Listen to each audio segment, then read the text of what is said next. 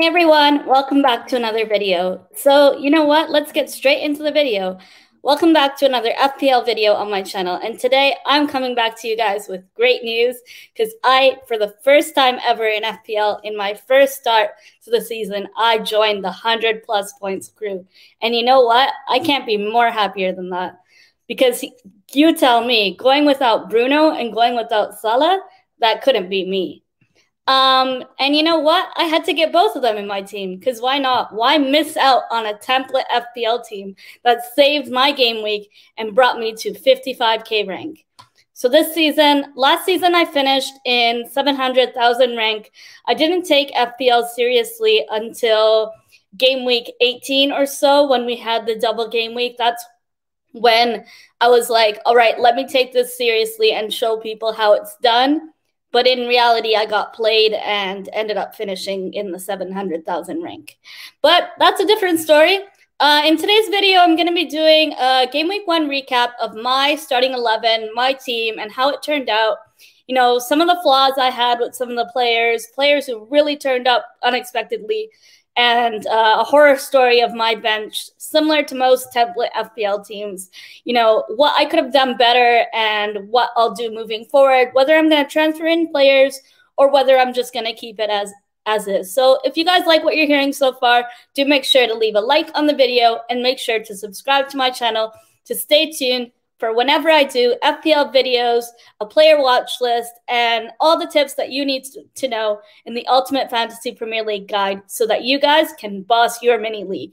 And speaking of mini league, why not get involved and join my channel mini league? Take a look at the pinned comment at the top of the chat and you can find out my mini league code. So the first 2 people to finish at the top of my mini league, hopefully that being me, of course, you know, of course it has to be me, but no, let's be serious. There's over 200 people who joined. So if you guys want to take part in my Fantasy Premier League mini league, it's not too late to join. The code for my mini league is linked at the top of the pinned comment in the live chat, and you guys can join and take part in this competition. And you know what? It's just bragging rights at the end of the day. But the top 2 people to win it at the end of the season will be given a $10 gift card in their currency of their choice, and it will be via email delivery. So that's something to look forward to. I'm not a monetized channel yet, so apologies if the prize is very limited, but it's better than nothing at the end of the day. There's a lot of other mini leagues to join. Big up, Davey. I do see you in the chat. So Davey's part of the FPL Game Week Lounge, and they do have mini leagues on their channel as well. So take a look at their FPL channel. It's called the FPL Game Week, and they have channels. They have a channel where they also discuss FPL content and also provide mini leagues, you know, head-to-head mini leagues as well, which is quite interesting when you're in a head-to-head league. It's very intricate and a lot more competitive, something that I like. Well, you know what? Let's get straight into the video. So today I'm going to be doing a recap of my team, not only showing you guys what I did well, but kind of areas where I lacked in. And then we're going to get into, you know, game week 2. So the deadline's on Saturday.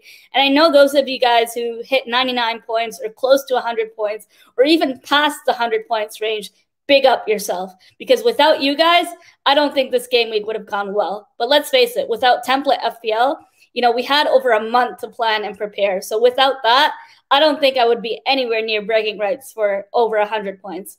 Big up to everyone tuned in and listening in the chat. I just want to wish a very happy birthday to Football Daily Talk. His name is Charlie. I hope you have a great birthday.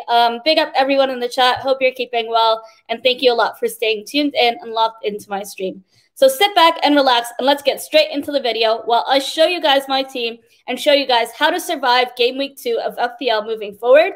And if you join the 100 points plus club, let me know in your scores in the chat box down below. It's interesting to see also where you guys are watching from. Some of you guys might be watching me for the first time. And if you are, do make sure to leave this video a like and also subscribe to my channel to stay tuned to more FPL related videos going on. I will be doing a deadline stream, not on the Saturday, but on Friday morning. I'll be doing a FPL deadline stream, hoping that'll have my team locked in right before there. The Saturday morning deadline is at, I believe, 6 o'clock in the morning for me, as I'm from Toronto, Canada. So it's a lot earlier for me. So that's why I will possibly be doing that video most likely on Friday and doing a lot more live stream content for you guys to stay locked in and still keep the hype that we had in game week 1. Now, those of you guys who didn't do quite well, let's be real here. One good FPL game week does not define your season. There's still 34 weeks to go. And you know what? It's a make it or break it. You know, just have a strategy that you want to play with and follow on your strategy. Try to do something that you cater to and something that, you know, you feel interested in. Don't follow the crowd in some ways, but in some ways it might help when you talk to other people and take part in FPL discussions. And with that being said, if you guys want to take part in an FPL related Discord, I am part of and a moderator in the FPL Lounge's Discord. Their Discord is just linked on their Twitter for the FPL game week if you guys want to check that out. So thank you to everyone tuned in so far. If you guys like what you're hearing so far, do make sure to leave a like on the video and stay tuned as I'm going to be discussing a review of my game week 1 and then going on to what this video is all about, which is players to look out for in the upcoming game weeks ahead. And a player watch list is what I'm going to be discussing moving into, looking at the defense and looking at the midfield options. And you know what? In this season's FPL with newly promoted teams like Brentford and Norwich, it's really interesting to see, you know, a lot of midfield options, budget midfield options, as I would call it. And you know what? That really improves our season going forward. And hopefully casual managers can still follow through on that and get a lot more differential picks into their team. I like doing differential picks. To me, it's something that I cater to more. Something that does play out more rate of returns for me in terms of goals or assists. And differential picks are a lot less owned. So if you do well or do too bad, you know, that's another thing. It might affect your rank, but it's a good punt and a good risk to take. So just please remember, it's not a marathon. It's a marathon, not a sprint. So again, just because you had a really good game week like myself at 110 points, which is a record for me, I've never got that in the first season start of FPL. Last season, I didn't even know what I was doing. So if you guys are like me and just playing FPL for the first time or going into your second season, not really sure a strategy or how you guys want to play, just keeping in mind that, you know, keep doing your best and just make sure you sort out your team before the deadline.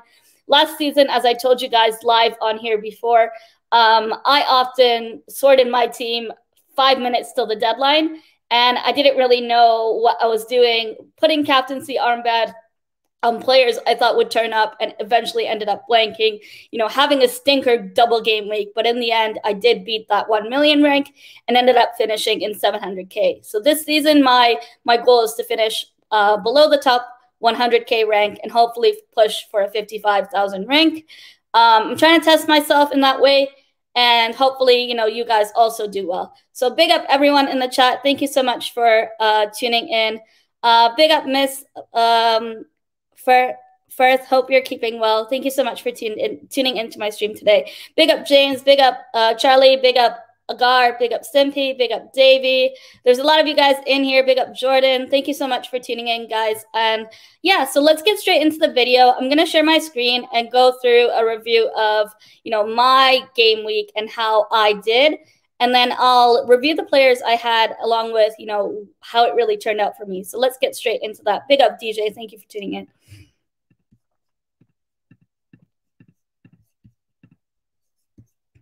All right, so hopefully you guys see my screen so far.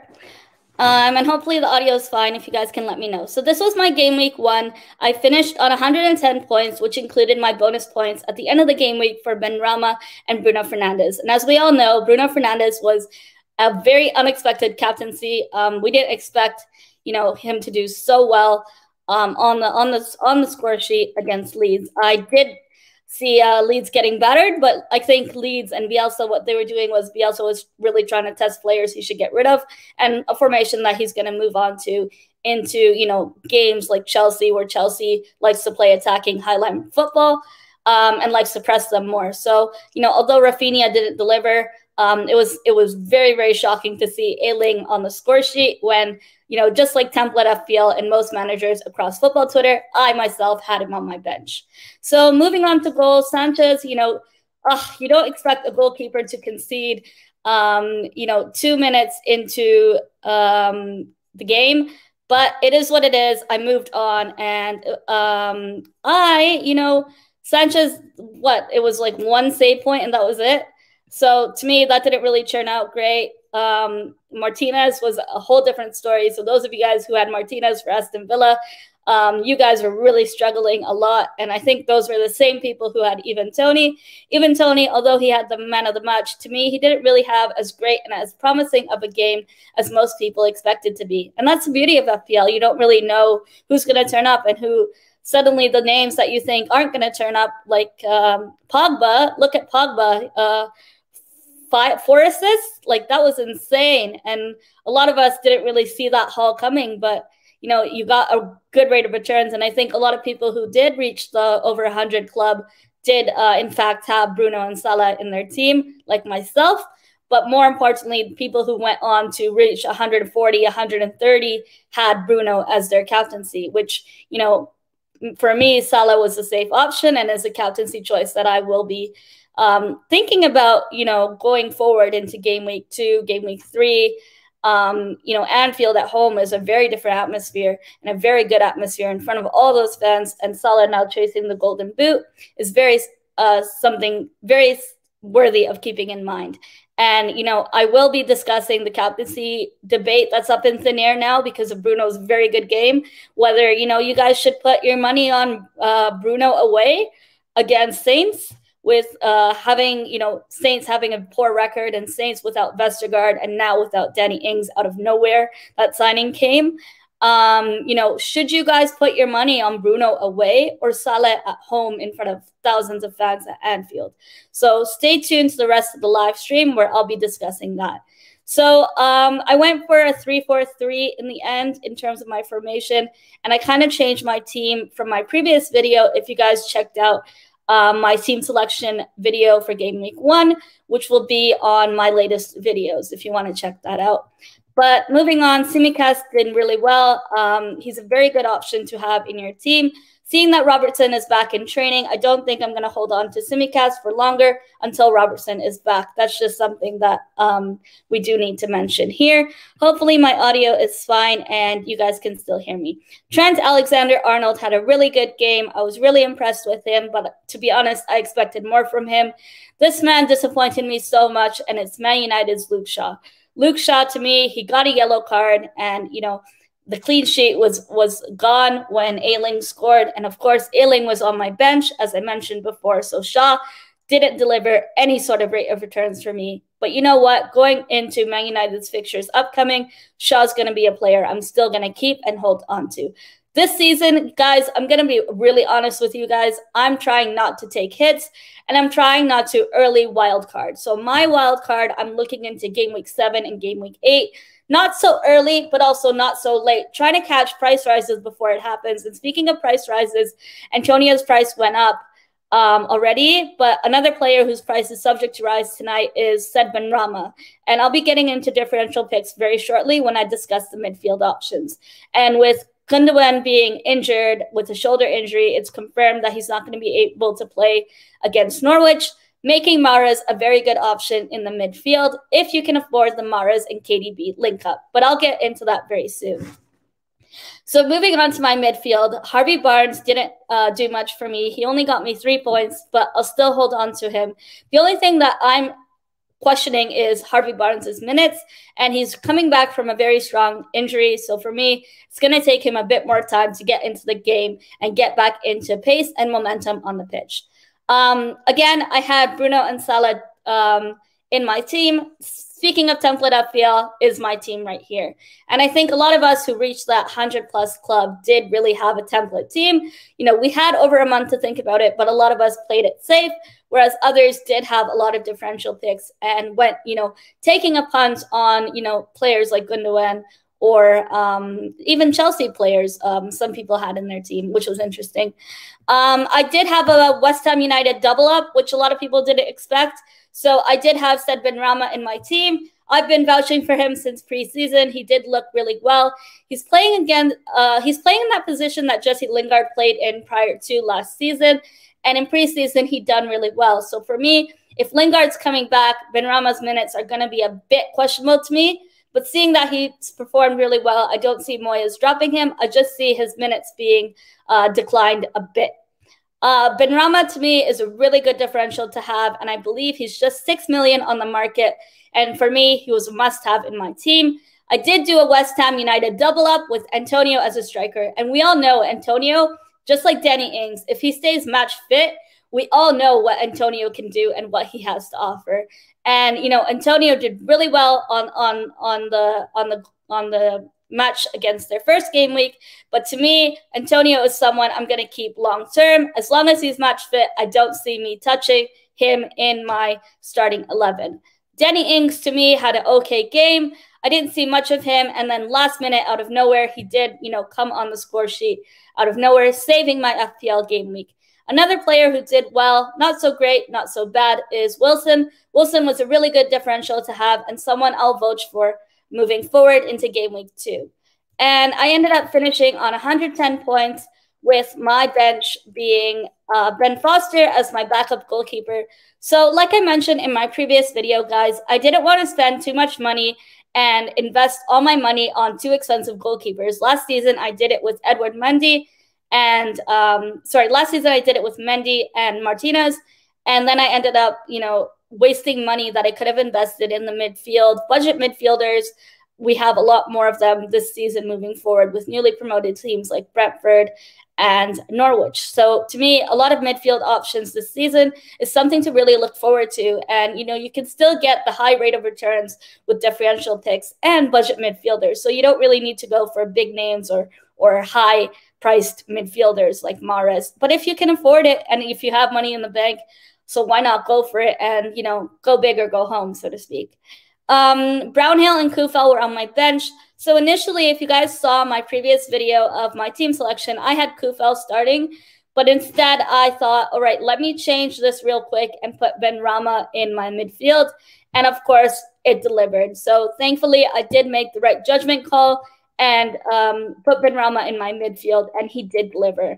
Moving on to game week 2, and of course, Ayling, you know, I got unlucky with that, but I think most of us on football Twitter and Fantasy Premier League Twitter had Ayling on their bench. We didn't really expect him to do much and score. Moving on to game week 2, I'm going to be keeping my team the same. Going into game week 2, I am going to be keeping my team pretty much the same. You know, I don't really feel the need to change a strong team that I have, and I kind of want to roll on the transfers going forward. I know, Simpy, you're in the chat here, and a lot of you guys tuned in here. You guys might be thinking the same, to hold on and not roll your transfers. I really think, you know, do the same thing. Hold on to your transfer and your free hit when you can. I don't see myself using chips very early on. I'll probably be wildcarding in game week 7 or game week 8. So stay tuned for that video when I do that moving forward. And also, if you guys are watching on Periscope or Twitch, do make sure to hop over to my YouTube channel called Miss Melina, and do make sure to subscribe to stay tuned to further FPL videos right here on my channel. So moving on to game week 2, my question really is, you know, managers who now are struggling with Gundogan being out injured with a shoulder injury. He's going to miss that game against Norwich. To me, very easy, you know, midfield range options that are budget options for me. And what casual managers go for is, I would, you know, go for Sarr. Sarr is a really great pick as a differential pick. He's really good on price. But before I talk about Sarr, to me, a very easy Gundogan replacement is Greenwood. Greenwood looked really good against Leeds. He looked really nailed and scored against them in the 52nd minute. He's getting a lot more game time, but moving forward into game week 3, game week 4 onwards with Sancho and Varane coming in, I think Greenwood's minutes are going to be less. And, you know, he's at risk of rotation moving on into later on into the season. So that's something to consider. But Greenwood is likely to get another goal or an assist. And if you want to play it safe, then I suggest go for Greenwood and just do the swap. So Greenwood, although his price tag is 7.5 million, and although he may face some rotation risk, but let's face it, Saints without Vestergaard and without Danny Ings are crumbling apart, and Greenwood looks likely to haul. So for me, the only downside with Greenwood is I feel that Greenwood's going to get rotated very soon. And, speaking of rotation, Greenwood does block out the option of Son in game week 3, which is something for you guys to consider. Now, if you already have Mason Greenwood in your team, then a budget midfield option is Sarr and Benrahma. I already discussed the reasoning for Benrahma, but for me, Sarr is the best value midfielder for just $6 million on the market. You can't go wrong. He had an opening goal for Watford. He got one goal out of the 3 against Aston Villa. Sarr is a better option than Benrahma for me long-term wise. He created 4 chances in the Villa game and just $5 million on the market. He's a must-have on your watch list. At $5 million, he's a constant threat with 10 touches in the penalty area, any more than his other teammates for Watford. And to me, I really feel that he's promising in a long term when you're looking at long-term Watford fixtures. Watford do have better fixtures going forward. They have Norwich away in game week 5, game week 6, they have Newcastle at home, and game week 7, they have Leeds away before Liverpool in game week 8. So for me, that period of game week 5 to game week 7 is something to really look forward to. And to me, Sarr is the best option and best bang for your buck and value in the midfield at just $6 million on the market. You can't go wrong. So another player I really want to think about is a player that, had his career at Arsenal, but had to part ways. And hopefully, we see a lot better for him, and we do have a buyback clause for him. And it's no other than Joe Willock. And to me, 7 goals in 7. Newcastle have great fixtures until game week 9. Something to look forward to. And, although for all their defensive troubles, Newcastle have averaged 2 goals a game in the last 9 game weeks. So Willock is a good differential pick to have moving forward. And I think long-term, Joe Willock is a very good price point. Hopefully you guys can catch that before the price rises. And if you guys want to catch price rises and do have an iPhone, Android, by the way, this is not sponsored. This is just me saying, how you guys can catch price rises and, save more money in the bank moving forward into tougher fixtures. I know Arsenal have very tough fixtures in November, December period. So to save your money for tougher fixtures and to save your money for Chelsea in game week 7 onwards, for a player like Lukaku at 11.5 million, you really need to download the Fantasy Football Fix app, and you can see price rises, projected price rises overnight. So tonight, Benrahma's price is going to rise. And as I mentioned, Antonio's price has already gone up. So just be wary of that and try to catch price rises before it happens. That's also how you save money to get, a player like Son, a player like Harry Kane at 12.5, or a player like Lukaku if you want to have him, for that Arsenal game. That's something, I don't want to touch on, but unfortunately, because I'm talking about FPL, I do have to mention it. So if you guys like what you're hearing so far, do make sure to leave a like on this video and kindly make sure to subscribe to my channel. Thank you so much, Daniel, for tuning in. Jordan, James, Anish, big up yourselves. Hope you guys are listening. Oh, sorry, I probably didn't put the destination button to Twitter and Twitch, but I'll do that next video. It's been a while since I went live, so I'm slowly getting back into this, and I really missed, doing live streams. I kind of missed how they operate. But so another option, if you guys have money in the bank and you want to go for a high rate of returns, to me, definitely I'd recommend Mahrez. He's nailed to start. He's the best option to have, along with the partnership with Kevin De Bruyne. And against Norwich at home in front of fans, it's a no-brainer, and to me, most likely to haul. But then again, Mahrez is $9 million. Do I really want to pay that when I can pay for a Sarr or a Benrahma, who long-term has better prospects? And, $9 million on a midfielder when I can have a striker like Lukaku, spend that money there, or spend that money on a striker like Dominic Calvert-Lewin is something, do I really want to do that, or do I just want to go for a budget midfielder and then strengthen my defense or my strikers? So it all depends on the strategies you guys want to play FPL with, but just follow through on that. A risky punt to me would be Jota. Jota is a good shout against Burnley at home in front of fans, in front of a fully packed Anfield Stadium. Jota's a good Gundogan replacement, but as a Salah owner myself, Salah is nailed on penalties wherever you go. but Jota long-term is a good prospect and a wiser investment. So, although in the short term it might not pay off so well, it is a good punt, and similar punt to Zaha and Torres, something you guys should consider. But to me, those price points I can't justify into my team because I do want to maintain a stronger front three in terms of strikers and, not neglect my defense. Moving forward, the obvious choice for a Gundogan replacement to me would be Rafinha or Harvey Barnes. Now, I have Harvey Barnes in my team, as you guys saw already. So Harvey Barnes, the only problem I have with him, he's just coming back from a long-term injury, and I feel that he's going to take a bit longer to get back into the game and get back his pitch and pace. But we know what Barnes has to offer. We've seen that in preseason. Rafinha, he's more certain to start than, Greenwood's rotation risk moving forward and has higher minutes coming into game week 3, game week 4. So Rafinha, if you guys already have him, then the other options I discussed prior to is something to consider and look forward to. Rafinha can really haul and get a good goals or assists. I reckon 1 goal or an assist, and it saves your game week. And to me, that's just the obvious chance to replace Greenwood. But if you already have Rafinha, then consider looking at Sarr, Benrahma, or if you're willing to take that risk and if you have money in the bank, then go for a Mahrez and KDB partnership or even a Diego Jota. Now I'm going to discuss, the obvious no-brainer, Bruno versus Salah. So is it Salah at home in front of thousands of fans at Anfield? Do I go for him? The obvious captain I have, the Egyptian king, fighting for that golden boot. Or do I go for Bruno away, who has a really good record against the Saints? Bruno against the Saints has 2 goals, 3 assists in 3 games, whereas Salah against Burnley has 1 goal, 2 assists in 7 games. So although the odds are in favor, according to Fantasy Football Hub, the odds are for Mo Salah at 63% this week.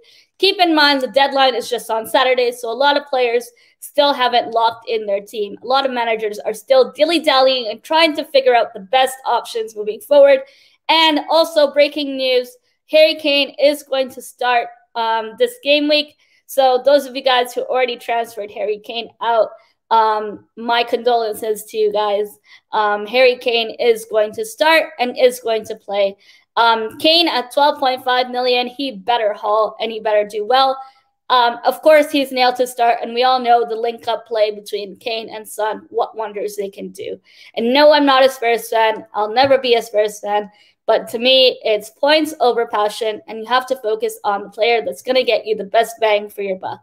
And Harry Kane, you can't go wrong with him at 12.5 million. It's a player. If you have him, you better hold on to him as long as he's fit. And if he doesn't go to City, you know what's going to happen there.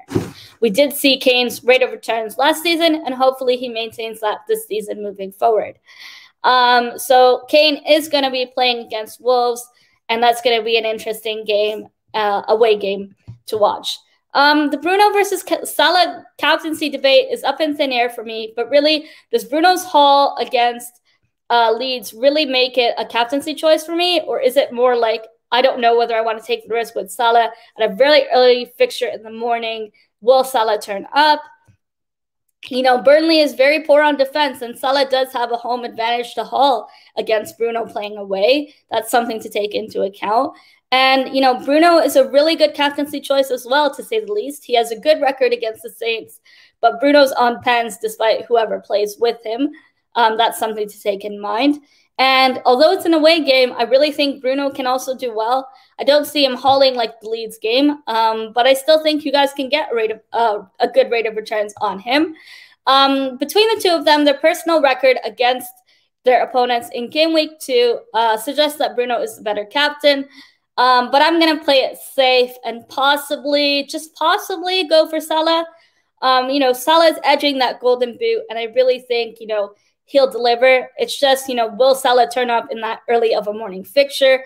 Hopefully he doesn't fall asleep. We did see games last season where, I captained Salah and he ended up blanking and didn't turn up. And it eventually ended up being Mane turning up, later on in the season. But, this is something up in thin air. The obvious captaincy choices for me, and I hate having to say this, if you want to play a bit more risk, the greater the risk, the greater the reward. That's how we play FPL, right? For me, like a player that I really want to get into my team in game week 7 onwards, because they have easy fixtures, is no other than the man coming back to Stamford Bridge, and that's Lukaku. Lukaku's 11.5 million on the market, so it's a price tag expected for that kind of player, although I predicted it being 10.5. Lukaku for 11.5 against Arsenal. To put it into plain context, I really think Lukaku's going to put Ben White in a spliff on Sunday in our own yard, and I'm terrified and depressed to see that. Hopefully that's not the case. We do have a good record against Chelsea, but this is not the same Arsenal we're going into. And I think a lot of our issues with the midfield and creativity in the midfield is, we don't have goal scorers that we need. And Aubameyang and Lacazette are apparently sick with COVID. We don't even know if they'll be match fit to play, if they're going to play, or if they're still isolating. And we also don't know if Odegaard's going to be ready to play or if he'll have to do isolating. Lukaku's a good option to have. If you guys have the money for, why not? Go for that haul, and hopefully Lukaku delivers. It's just a matter of, is it going to be a Lukaku and Werner partnership, whether you guys want to take that kind of risk. But I'm going to hold on Lukaku for a little bit until game week 7, when I'm going to use my wild card. Game week 7, game week 8 is when I'm planning to wild card. So Lukaku at 11.5 million right now is just a bit too early for me. When I have a player like Salah who can deliver captaincy rate of returns week in and week out, with their fixtures and, with the pace and momentum that he has and with the record that he has so far with goals and assists, I do think Salah is a better investment long-term than Lukaku. Lukaku's a better option moving on to game week 7 onwards. That's something to consider if you can afford him and not neglect your midfield and your defense. That's something to think about. So, when you're going for high price tag type of players, you don't really want to neglect your midfield and your defense, because if those become shaky, I like to go stronger in the midfield and moderate in the defense, because I see the midfield having a lot more gameplay and a lot more, haul options to come through there, players being on set pieces, whether it's, scoring from open play, from corners or free kicks, players on penalties in terms of my front 3 strikers. And right now, I don't see me wanting to change any of my players, and I'm still going to keep my bench the same way it is. Although Ayling did score in game week 1, I don't think it's going to happen again. So he's just going to be warming up my bench for the time being. If you guys have any questions about your team, now's the time to let me know. I do want to say thank you to everyone tuning in.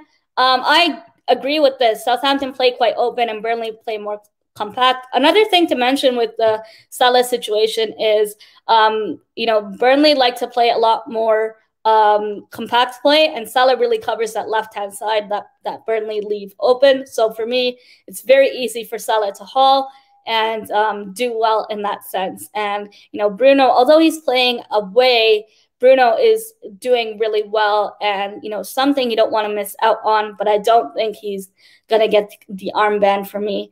OP says, Arteta probably won't play Odegaard because he needs to know the clear plan.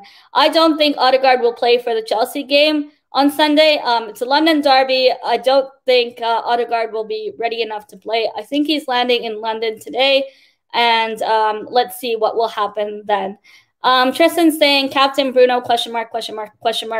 Tristan, I don't know if you watched the Leeds game, but Bruno did exceptionally well, and something that we didn't expect him to haul that much. To me, as I said earlier, it's something, that you should consider. That Salah versus Bruno debate is something up in thin air because of that Leeds game. And if Leeds were so awful defending and on the counter, they didn't really do anything at all. Bruno is expected to haul, and I don't see you regretting that choice. Big up AP, hope you're well. Is it worth putting Balogun in the team this weekend? AP, honestly, I do not say to put Balogun in the team this weekend just because Lukaku is going to be ready to play, and I don't think Balogun can handle that kind of pressure from a team that likes to play high line, pressing, attacking football. I just don't think our Arsenal is good enough to keep up with the momentum that Chelsea offers. And although we're playing in our own yard, I can still see us conceding and not keeping a clean sheet. So I would not go for Balogun up front. I would even go for a Dominic Calvert-Lewin up front, another player to really look into. But, up front options, Danny Ings, Antonio is a really good option to have, and Wilson. So Daniel says, I'm keeping Bruno as a captain because Man United have easier first 6 fixtures. Yeah, I agree. Man United do have easier fixtures. Something, I did mention earlier on in the live stream. I'm going to play it safe and go for Salah. But then again, you guys already know me. When it's 5 minutes till deadline, I end up changing my team. Just something that I'm so used to.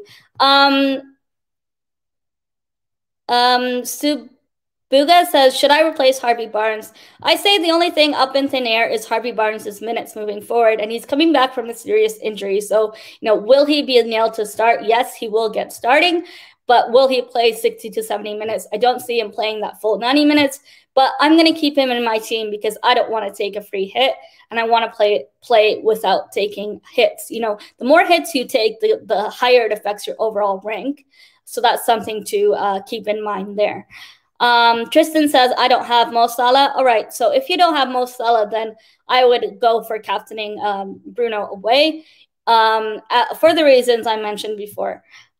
Jibs, hope you're well. Long time no see. If we don't play 3 at the back and 2 wing backs, we are finished. I agree. It all comes down to that formation on Sunday, but I'm not really looking forward for Lukaku's debut. He's really, really looking lean. Conte really put him in shape, and I'm happy to see him back in the Premier League, but hopefully he doesn't score against us. But if you guys have him in your fantasy at 11.5 million, he better haul and he better have a good return. I did mention him as a captaincy pick as well. It's not really a no-brainer or not really an obvious choice, but if you guys want to get Lukaku in early, I know a lot of people have him in their team. When he was officially announced, a lot of people did get him in that team and ended up sacrificing a lot of their midfield. They went a bit more weaker in the midfield just to afford Lukaku at 11.5. As I mentioned, in game week 7, when Chelsea have a bit easier fixtures, is where I'm going to bring in Lukaku, and I expect him to haul and do a mad one for me and, end up delivering 2 goals or an assist. To me, that's good enough. And that's what I want to see moving forward into this season. So this season, my rules are don't use your chips way too early. Hold on to my chips and, try to play with a bit more strategy. Last season, I was really getting into the game and learning how to play FPL, not really knowing what I was doing too much. So this season moving forward, I have a game plan going in, and I'm trying to stick to it as much as I can. Subiga says, what do you think of said Benrahma? He was getting game week 1. Subiga, earlier on in my live stream, I did discuss said Benrahma. He was really good in preseason and really good in game week 1. I do have him in my team. I did a double up of West Ham's Antonio and said Benrahma. Benrahma's a really good differential at just 6 million. To me, you really need to have him in your team. There's a no-brainer. If you can afford him, he's a budget midfield option and likely to get a goal or assist. I still think he'll get a start and get a lot more game time. I don't think he'll be benched just yet. With Lingard coming back to West Ham U, I don't think Benrahma will get benched. I just think his minutes will be less, moving on to game week 4 onwards. But Benrahma to me is straight into my team for obvious reasons. Lokonga looked decent against Brentford. Yes, Lokonga looked really good against Brentford, and I'm really impressed with this player. He's only 21 years old, but he looks really calm and confident on the ball, not afraid to get into the game and not afraid to, willing to take the risk to cut corners and make silky passes. But to me, that game against Brentford was appalling. And if you guys haven't already seen my match reaction, I was raging on there because I didn't expect.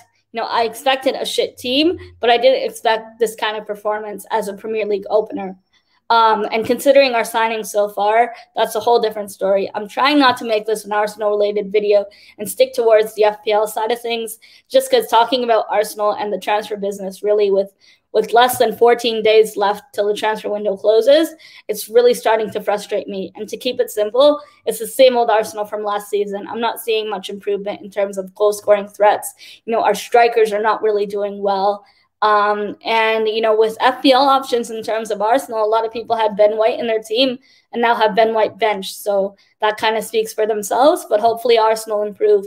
Moving on to Chelsea at home in our own yard with Lukaku fit and ready to play, it's very questionable on whether we'll turn up. Like, we do have a good record against them, as I mentioned before.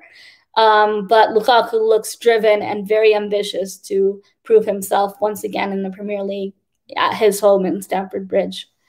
Big up Macy, I hope you're well, and big up Jordan and Football Daily Talk. Big up Agar and big up Tyler Jones. Thank you so much for tuning in to my live stream. So I'm going to leave the last few minutes. If you guys have any FPL-related questions, do feel free to ask. And just to reiterate, I do have an FPL league for my YouTube channel. So if you guys want to join my mini league, the code is in the chat box on the pinned comment. If you guys want to take a look at my mini league, there's over 200 members who joined. And, I'm not doing as well as I should be, but thankfully I'm not at the bottom. And hopefully, I can get the #1 place in my own league. But hey, with that being said, if you guys end up being #1 or #2 in my mini league, the first 2 people to be #1 in my mini league at the end of the season, when all the fixtures are over, you will be given a $10 e-gift card of your choice, as long as I can email it to you. And I will be sending you that as a reward for your hard work. And hopefully, I'm one of the top 2. If it's the case where I'm one of the top 2, which I highly doubt, there's a lot of good managers in my league, I'll be choosing the next person below me, if that was the case. Big up Dan, hope you're well. Thank you so much for tuning in. Daniel, I've mentioned this way too many times in Twitter spaces. Yeah, from Onana to Madison Links, we're ending up with a relegated goalkeeper 3 times, 125 goals conceded last season, Ramsdale from Sheffield United, because of that English quota with, the FA and Brexit rules. We could get Onana for $5 million and beat the market, but this is Arsenal and they don't want to pay his wages because he can't train until September and you can't register him until January. Hopefully in January we go after Onana. Onana's price was 40 to 50 million before the case happened, and now he's just 5 million on the market. And if we really wanted to beat the market, we could get him for 5 million now, take a risk on him, and have him in our team. He's very good at ball distribution and plays out from the back, something that Leno lacks. And we can sell him for 40, 50 million moving forward if we need to within 3 years or so. That's what you call good business. But this is Edu we're talking about, and this is Arsenal Football Club we're talking about. So keep that in mind. Big up Mount Season. Hope you're well. Thank you so much for tuning in. And thank you guys for the comments and all the love on my previous videos. I really appreciate your support and for tuning in. I am going to wrap up this video. So if you guys haven't already, follow me on Twitter at MissMelina7. And also follow me on Twitch at MissMelina7. And I'm going to be doing a lot more live streams for FPL. So you'll see me on Friday for another FPL deadline stream where I'll help you guys pick your teams in that final 15-20 minutes of the deadline on Saturday. Hopefully you guys, with that final time going forward, you guys can lock in your team and be ready to go. And I want to see you guys get over 60 points this game week, where a lot of us are moving away from template FPL. So hoping you guys can still do well. But thank you so much for tuning into my stream, and I hope you guys have a great rest of your day. Take care of yourselves and each other. Keep safe. And if you guys want to check out my Brentford versus Arsenal match reaction on my channel, it's the video previous to this one. I will be doing another video on Friday, which will be my deadline day stream. Saturday at 6 a.m. is a bit too early for me. I'm not going to be waking up my family to do a live stream. I don't want to get killed, basically. So I'll be doing a live stream on Friday as my deadline day stream, setting up my team and trying to help you guys sort out your team as well. So if you guys want to send me your teams and ask me for any FPL advice, you know where to find me on Twitter at MissMelina7, and I'll get back to you. But for now, I'm going to have to go, and I'm going to have to go to work now. I hope you guys have a lovely rest of your day. Thank you so much for tuning in. And I just want to mention, Thank you so much for 1,800 plus subscribers. I'm very close to 2,000 subscribers now, and I can't thank you guys enough. Thank you so much for staying tuned to my videos, showing love and support, and for leaving a like on this video. I really appreciate your support. And from wherever you're watching in the world, good luck for the rest of the FPL season. Hopefully we have more green arrows ahead and do well. But for now, take care, everyone, and have a great rest of your day. That's all for me.